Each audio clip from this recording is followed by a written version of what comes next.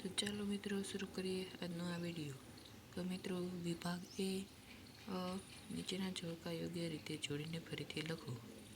કૃતિ અને કર્તા આપેલા છે અને નીચે જવાબ પણ આપેલા છે। પહેલું છે હિમાલયમાં એક સાહસ, બીજું છે ડાંગ અને વનો, ત્રીજું છે છત્રી અને ચોથું છે ગતિભંગ। તો મિત્રો પહેલામાં આવશે ક એટલે કે જવાહરલાલ નહેરુ, બીજામાં આવશે અ મહેન્દ્રસિંહ પરમાર, ત્રીજામાં આવશે ઈ એટલે કે રતિલાલ બોરીસાગર અને ચોથામાં આવશે બ એટલે મનમોહનલાલ પટેલ। તો મિત્રો આ થયો આપણા જોડકા। હવે થોડુંક નીચે આવતા મિત્રો જોઈએ તો પૂરું થઈ ગયું। હવે શરૂ થાય છે બ। નીચે આપેલા વિકલ્પોમાંથી સાચો વિકલ્પ શોધીને ખાલી જગ્યા પૂરો।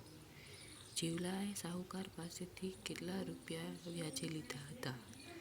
તો તેની અંદર આવશે 300 રૂપિયા। તે ચેપ્ટર 12માંથી પૂછાઈ ગયેલું છે। પછી છઠ્ઠું છે ગાંધીજી માંદગીને આધ્યાત્મિક ભૂલ તરીકે માનતા હતા। પછી છે એસએસસીમાં સૌરભને 92% આવ્યા હતા। ધરતી પરનો મોતનો વરસાદ વરસી રહ્યો છે। તો મિત્રો અહીંયા આપણો બ પૂરો થાય છે। હવે આવે છે ક। નીચે આપેલા પ્રશ્નોના એક એક વાક્યમાં ઉત્તર લખો। 9મું છે મનીષા પ્રકૃતિને શું માને છે? તો મનીષા પ્રકૃતિને વરદાત્રી માને છે। દુકાળના સમયે લોકો કોને મદદ કરી હતી? દુકાળના સમયે સુરજી શેઠે અને ડગડગિયાના મહારાજે લોકોની મદદ કરી। અહીંયા આપણો ક પૂરું થાય છે મિત્રો, 2 માર્કનું છે। હવે આવે છે ડ, તે છે કુલ 4 માર્કનો। એનો પહેલો પ્રશ્ન 11મો ગિરિમાળાનો ધોધ વર્ણન કરો। મિત્રો હવે આ પ્રશ્નો મોટા છે એટલે તમે સ્કીપ કરીને જોઈ લેજો। આ છે સૌરભ અને અંકિત વિનુકાકા કેવી પ્રવૃત્તિ કરાવતા તે છે। હવે આવે છે 13મો પ્રશ્ન શ્રીમદ રામચંદ્રની સંસ્કૃતિમાં આરાધન કેમ પરથી કહી શકાય? તો મિત્રો આ રહ્યો તેનો જવાબ। અહીંયા આપણો ડ પૂરો થાય છે। હવે આવે છે ઈ। 10-12 લીટીમાં મુદ્દાસર વાક્ય લખો જન્મોત્સવ વિશે। મિત્રો તમે વિડીયોને સ્કીપ કરીને જોઈ લેજો, લખી લેજો।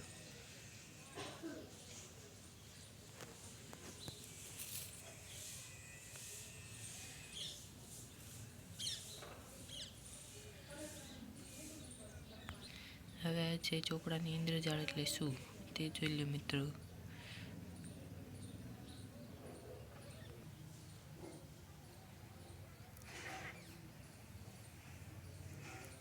અહીંયા આપણે પૂરું થાય છે અને બીજો પ્રશ્ન આવે છે રેલ ઘોડાની વફાદારી અને ખાનગી વર્ણવો તે છે।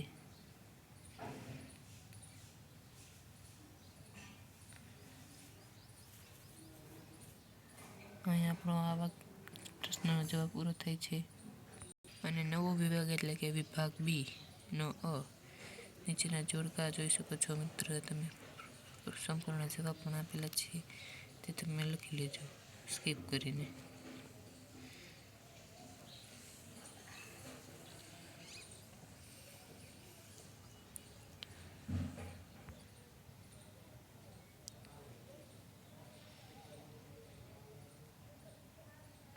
અહીંયા આપણો 29મો પ્રશ્ન આવે છે અને અહીંયા ઈ વિભાગ શરૂ થાય છે।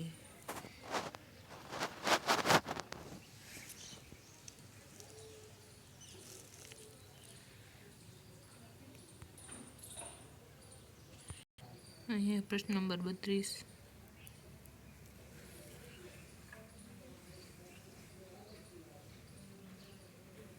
અહીંયા આપણો વિભાગ સી શરૂ થાય છે। 20 માર્કનો છે જે વ્યાકરણ વિભાગ છે।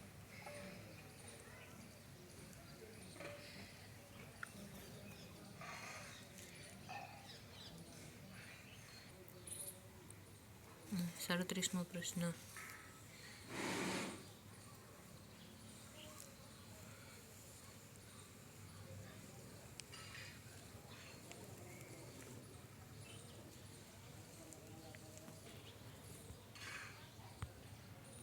મિત્રો વિડીયો ન લાંબો થાય તે માટે હું ઝડપથી વિડીયોને આગળ ચલાવું છું. તે માટે તમે સ્કીપ કરીને લખી લેજો. અહીંયાથી આપણો વિભાગ ડી સ્ટાર્ટ થાય છે. 15 વાક્યોનો અર્થ વિસ્તાર કરવાનો છે. કાવ્ય પંક્તિનો અર્થ વિસ્તાર છે.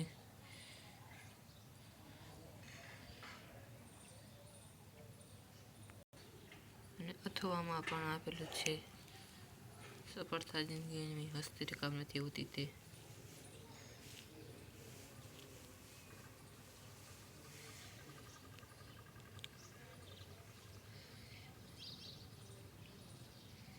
આ છે અહેવાલ લેખન.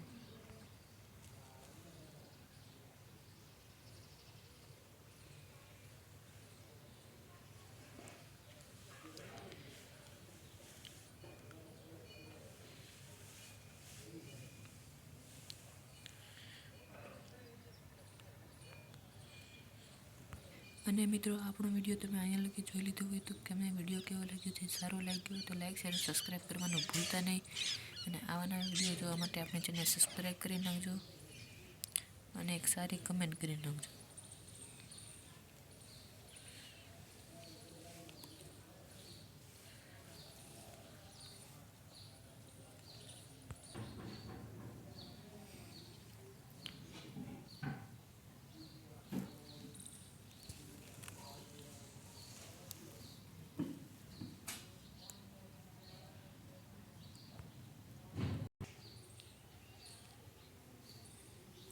અથવામાં છે ઓનલાઈન થઈ રહેલું વિશ્વ.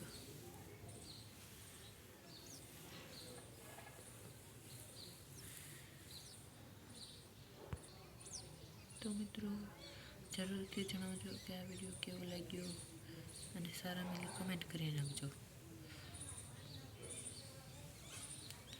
તો મિત્રો અહીંયા આપણું આ પેપર પૂરું થાય છે. અને આવા નવા વિડીયો જોવા માટે લાઈક શેર અને સબસ્ક્રાઈબ કરવાનું ભૂલતા નહીં. તો મળીએ બીજા વિડીયોમાં.